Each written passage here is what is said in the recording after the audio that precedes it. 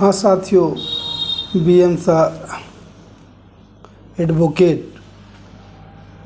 AGP district Singrauli का अपने प्यारे साथियों को, अपने प्यारे चाहने वालों को, अपने चैनल से जुड़े लोगों को बहुत बहुत नमस्कार करता हूँ। मैं साथियों आज आपको माननीय विवेक कुमार पाठक, पंचब अपर सत्र न्यायाधीश द्वारा एक हत्या के मामले में दिनांक 18/11/22 को दंडादेश पारित किया गया, जिसमें मुख्य रूप से आरोपी राम विचारे बसोर,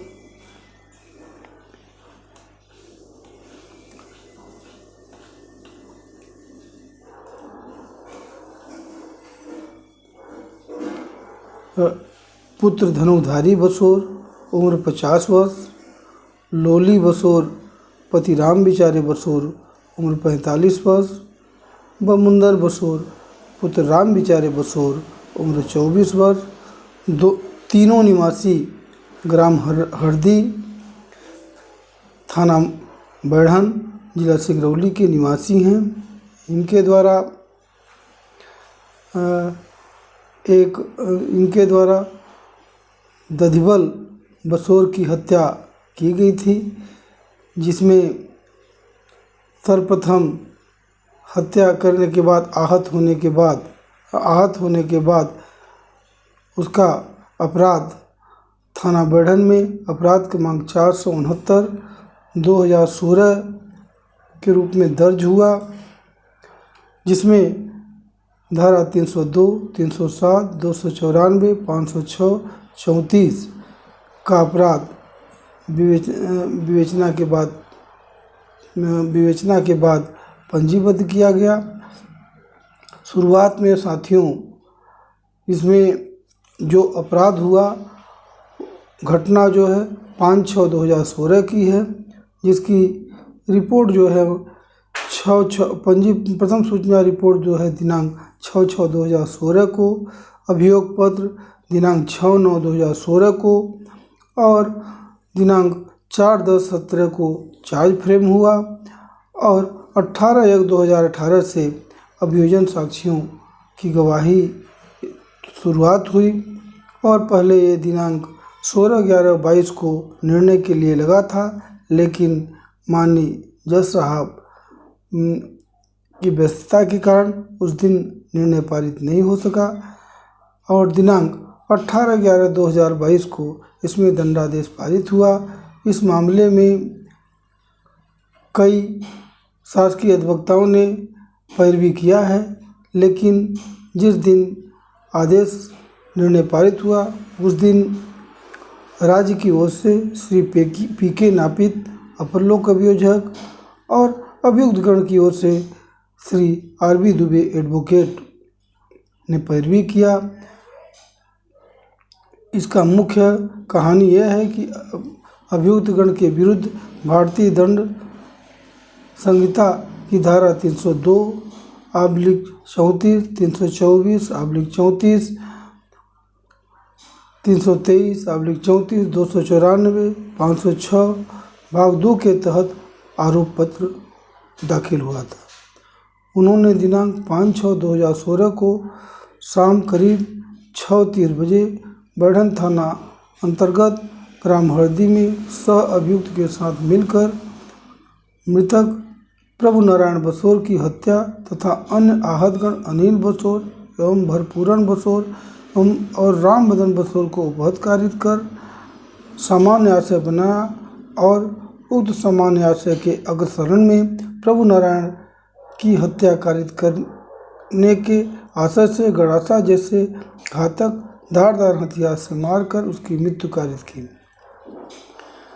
तथा अभियोगी अनिल बसोर और भरपूरन बसोर को गड़ासा जैसे हथियार और लाठी द्वारा मारकर उपहत कारित की गई। राम बदन बसोर की लाठी से मारपीट कर उसे सुरक्षा उपहत कारित की तथा उसी समय और स्थान पर अभियोगी को मां बहन की अश्लील गालियां देकर उसे व अन्य सुनने वालों को क्षोभ कारित किया तथा उसी समय और स्थान पर अभियोगी को संत्रास कारित करने के आशय से जान से मारने की धमकी दिया। इस प्रकार से साथियों सभी आहत गणों को पहले थाना बरढ़न में लाया गया, जहां पर अपराध कायम करने के बाद मृतक दधिवल को और आहत गणों को जिला अस्पताल बरढ़न में इलाज हेतु भेजा गया। 2-3 दिन तक दधिवल का इलाज बरढ़न जिला न्यायालय में चला। इसके बाद उसके मुंह से खून की उल्टियां होने लगी। तब डॉक्टर आरबी सिंह ने उसको नेहरू उच्च स्तरीय इलाज हेतु नेहरू अस्पताल जैंत के लिए रिफ़र किया, जहां पर अस्पताल पहुंचने के पहले ही जब ही द्वार पर पहुंचा उसी समय दधिवल की मृत्यु हो गई। मृत्यु होने के पहले तो अपराध 294, 323, 506 का कायम हुआ था, लेकिन बाद में जब आहत दधिवल की मृत्यु हो गई तो आरोपी के गण के ऊपर 302 का मामला भी पंजीबद्ध किया गया और इसके संबंध में विवेचना चालू हुआ। अभियोजन की कहानी मुख्य रूप से इस प्रकार है कि अनिल बसोर ने दिनांक 5/6/2016 को थाना बरढ़न में उपस्थित होकर इस आशय की मौखिक रिपोर्ट लेख कर आई कि उनका व राम बिचारे बसोर का पुराना विवाद काफ़ी समय से चल रहा है और दिनांक 5/6/2016 को जब वो बाजार से घर जा रहा था तो उसने देखा कि शाम 6:30 बजे राम बिचारे बसोर और उसके भाई प्रभु नारायण को मार रहा है। तब उसने मना किया कि उसके भाई को बिना वजह क्यों मार रहे हो। तभी उतने में राम बिचारे, उसका लड़का बबुंदर बसोर माँ बहन की बुरी बुरी गालियाँ देने लगे और राम बिचारे बसोर ने अभियोगी अनिल बसोर को गड़ासा से मारा, जिससे उसके सिर में चोट आई तथा प्रभु नारायण को गड़ासा से पेट में मारा, जिससे उसके दाहिने भाग में चोट आई, जो अस्पताल में भर्ती है तथा उसके भतीजे मनपूरन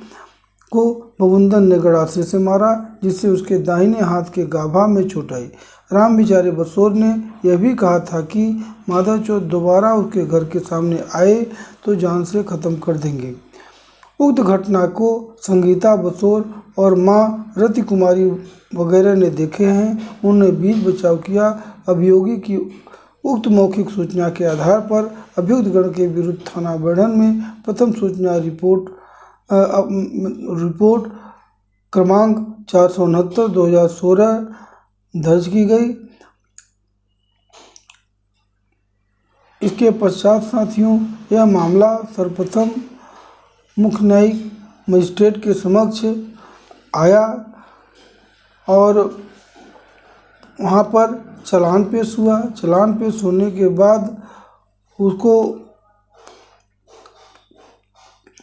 उपार्पण पश्चात चूँकि मामला सत्र न्यायालय द्वारा विचारणीय था, इसलिए उसे माननीय प्रधान न्यायाधीश जिला सिंगरौली के समक्ष भेजा गया, जो कार्य डिस्ट्रीब्यूशन में विभिन्न जजों के साथ होते हुए अंतिम सुनवाई के दौरान माननीय विवेक कुमार पाठक के समक्ष आया, जिन्होंने कि निर्णय पारित किया। इस प्रकरण में चार्ज लगने के पश्चात ट्रायल प्रोग्राम चालू हुआ, जिसमें मुख्य रूप से Sushila, Rambadan, Anil Basor, Bharpuran Basor, Rati Kumari Basor, Ramkaran Basor, doctor Anil Kumar, doctor RB Singh, doctor SK Gautam, Ramesh Kemath, Jagat Singh, Vineet Kumar Pandey, Sachchidanand Napit, RD Mahobia, Ramcharan Satnami, Vipin Kumar Tripathi, Neeraj Kumar Basor, RK Upadhyay, AP Goswami तथा डॉक्टर मेघेंद्र श्रीवास्तव का अभियोजन परीक्षण हुआ, जिसमें मामला आहत गण जो थे उनने मामले को का समर्थन किया और उन्होंने घटना को जैसा अभियोजन कहानी है उसके अनुसार से बताया। सभी साक्ष्यों का कथन हुआ डॉक्टरों के साक्ष्य से और सभी परिस्थितियों को देखते हुए माननीय न्यायालय ने आरोपी गणों को दोषी पाया। लेकिन चूँकि उक्त मामले में 294, 506 जान से मारने की धमकी, 323 का अपराध प्रमाणित नहीं पाया, जिससे उस धारा से उन्हें दोष मुक्त किया गया। परंतु पूरी कहानी की विवेचना के पश्चात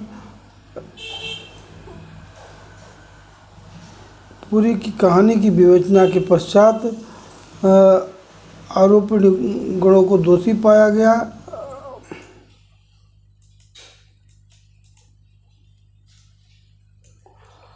और तीनों आरोपियों को रामविचारे बसोर, भवुंदर बसोर और लोली बसोर को आजीवन कारावास और 16,000 रुपया का अर्थदंड पारित किया गया।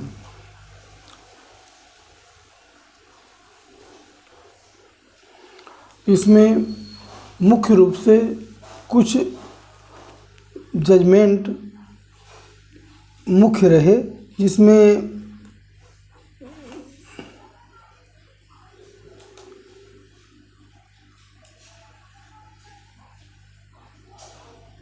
एक जजमेंट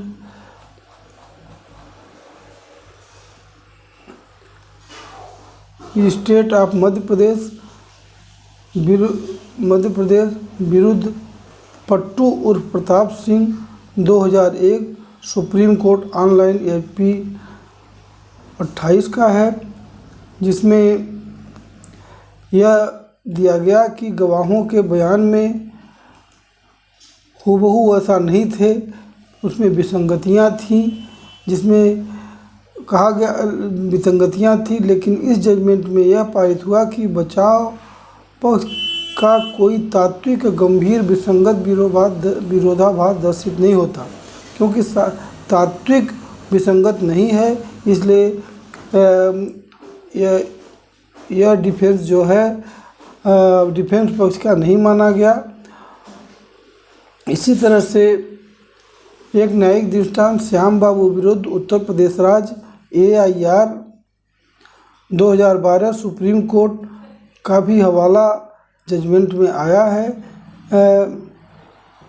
जिसमें घटना के आहत गण की साक्ष्य को उसी घटना का आहत होने के कारण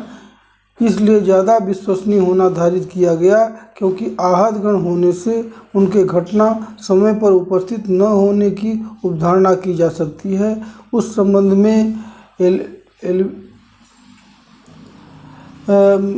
मौजूद थे, इसलिए LB का डिफेंस भी वहाँ पर काम नहीं किया। इस तरह से साथियों, चूँकि यह मामला काउंटर प्रकरण था, काउंटर प्रकरण में अग्रेसित होने के संबंध में भी न्याय दृष्टांत मिट्ठू लाल विरुद्ध मध्य प्रदेश राज्य AIR 1975 सुप्रीम कोर्ट 149 एवं न्यायिक दृष्टांत गजेंद्र सिंह विरुद्ध उत्तर प्रदेश राज्य AIR 1975 सुप्रीम कोर्ट 1703 का लिया गया, जिसमें क्रॉस प्रकरण की दशा में एक प्रकरण की साक्ष्य दूसरे प्रकरण में विचार में नहीं ली जा सकती और संबंधित पक्षकार को इस हेतु क्रॉस मामले के दस्तावेज और साक्ष्य अपने मामले में साक्ष्य प्रदर्शित कर प्रस्तुत करना आवश्यक है, लेकिन ऐसा नहीं किया गया था, इसलिए उनका डिफेंस काम में नहीं आया। यह एक गंभीर त्रुटि थी। ऐसे में क्रॉस प्रकरण होना नहीं माना जा सकता। ऐसा उपधारणा करते हुए माननीय अपर जिला न्यायाधीश ने उसको अमान्य किया।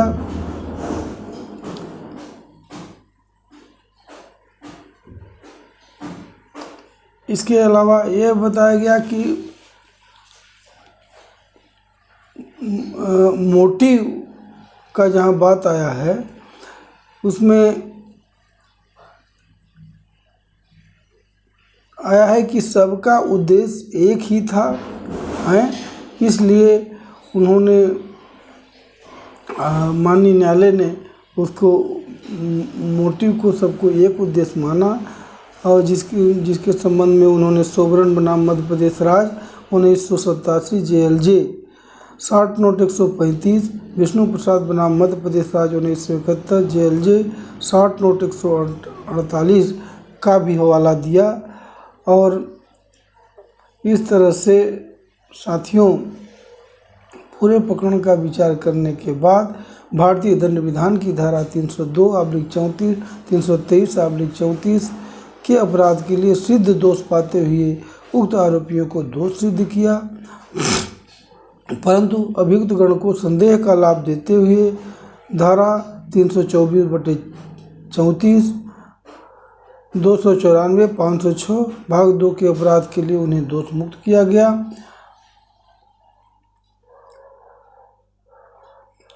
और उनके अधिवक्ता द्वारा बताया गया कि घर में कोई नहीं है, यही कमाने खाने वाले हैं, छोटे बच्चे हैं इनके पास, इसलिए इनको कम से कम सज़ा दी जाए। तो उस पर विचार करते हुए चूँकि अपराध जो है हत्या का है, जिसमें कि मिनिमम कारावास आजीवन कारावास से नहीं है, चूँकि माननीय न्यायाधीश महोदय ने यह उपधारणा किया कि हत्या के मामले में अधिकतम कारावास मृत्युदंड है, लेकिन मृत्युदंड का उपयोग विशिष्ट मामलों में ही किया जाता है। इसलिए माननीय न्यायालय ने धारा 302/34 में उक्त आरोपीगण को आजीवन कारावास और 2,000 रुपये का जुर्माना न अदा करने पर 1 वर्ष का अतिरिक्त सश्रम कारावास तथा 323/34 में 1 वर्ष का सजा तथा 1,000 रुपया का जुर्माना न अदा करने पर 1 माह का अतिरिक्त सश्रम कारावास की सजा सुनाई। इस तरह से साथियों हमारा ये कहना है कि सुनाई। इसके पश्चात उक्त आरोपी गणों को जिला जेल पचौर जेल वारंट तैयार कर उन्हें दंड हेतु भेजा गया। मैं साथियों आपसे कहना चाहता हूं कि छोटे छोटे बातों पर विवाद हो जाता है। कोई विवाद का बहुत बड़ा कारण नहीं था, परंतु उतावलेपन में दोनों पक्ष उतावलेपन में एक दूसरे के साथ मारपीट किए और मारपीट की व्यग्रता इतना बढ़ गई कि प्रभु नारायण की बसोर की मृत्यु हो गई और उसके अनुसार उक्त लोगों को उतावलेपन के कारण से अपने क्रोध को न रोक पाने के कारण आज दंडाज्ञा पारित किया गया। इसलिए सभी से है कि कोई भी चीज़ हो आप संयम से करिए, अपने संयम का प्रयोग करिए, कभी भी गुस्से में उतावलेपन में कोई भी चीज़ मत करिए, अन्यथा कोई भी गंभीर वारदात हो सकती है जिसका कि परिणाम आपको भोगना पड़ सकता है और पूरा आपके साथ साथ आपका पूरा परिवार उस परिणाम को भोगेगा। इस सब को सोचते हुए आपराधिक प्रवृत्ति छोड़कर साधारण जीवन और संयम के साथ जीवन जीने का प्रयोग करें। जो भी विवाद है, ज़मीन का है हो चाहे जिस चीज़ का विवाद हो, उसे कोर्ट में लाइए। कोर्ट जो है निश्चित रूप से उसका फलूफन देगा और उसका पालन कराएगा। इसी के साथ सभी साथियों को मेरा नमस्कार। साथियों, कोई भी कानूनी सहायता हो, कोई भी कानूनी प्रश्न हो तो आप हमारे नंबर 9826310378 पर संपर्क कर सकते हैं। हर संभव आप सबकी सहायता करने के लिए मैं तत्पर रहूँगा, लेकिन थोड़ा समय का ख्याल करिएगा। सवेरे और शाम को उसको करिएगा, तब हम उसका प्रश्न का उत्तर दे सकते हैं। जय हिंद, जय भारत।